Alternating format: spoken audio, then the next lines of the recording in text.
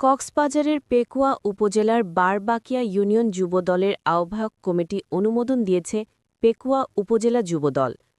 ২রা অক্টোবর বৃহস্পতিবার বাংলাদেশ জাতীয়তাবাদী যুবদল পেকুয়া উপজেলা শাখার আহ্বায়ক কামরান জাদিদ মুকুট এবং সদস্য সচিব মাহমুদ ওয়াহিদুজ্জামান এর স্বাক্ষরিত এক প্রেস বিজ্ঞপ্তির মাধ্যমে এ কমিটি অনুমোদন দেওয়া হয়।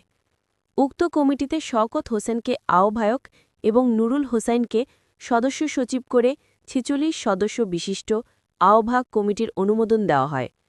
উক্ত কমিটিতে যুগ্ম আহ্বায়ক মোহাম্মদ বেলাল উদ্দিন, যুগ্ম আহ্বায়ক শহীদুল ইসলাম আজিজ, যুগ্ম আহ্বায়ক আব্দুল আলিম, যুগ্ম আহ্বায়ক নজরুল ইসলাম মিয়া, যুগ্ম আহ্বায়ক মোহাম্মদ ওসমান গনি, যুগ্ম আহ্বায়ক মোহাম্মদ হারুন, যুগ্ম আহ্বায়ক আবু বকর, যুগ্ম আহ্বায়ক মোহাম্মদ আলী।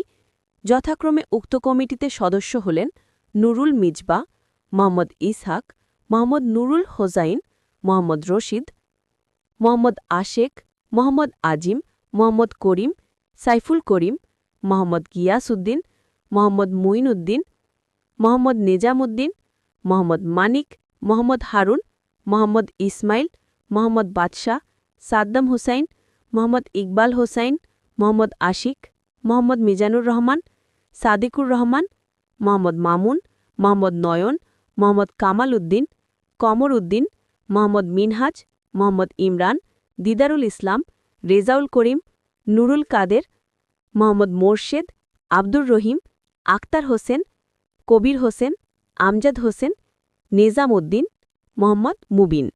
উক্ত কমিটির মেয়াদ ১ মাস। এই সময়ের মধ্যে ৯টি ওয়ার্ড কমিটি গঠন ও ইউনিয়ন সম্মেলন সম্পন্ন করতে হবে বলে এই প্রেস বিজ্ঞপ্তির মাধ্যমে বলা হয়।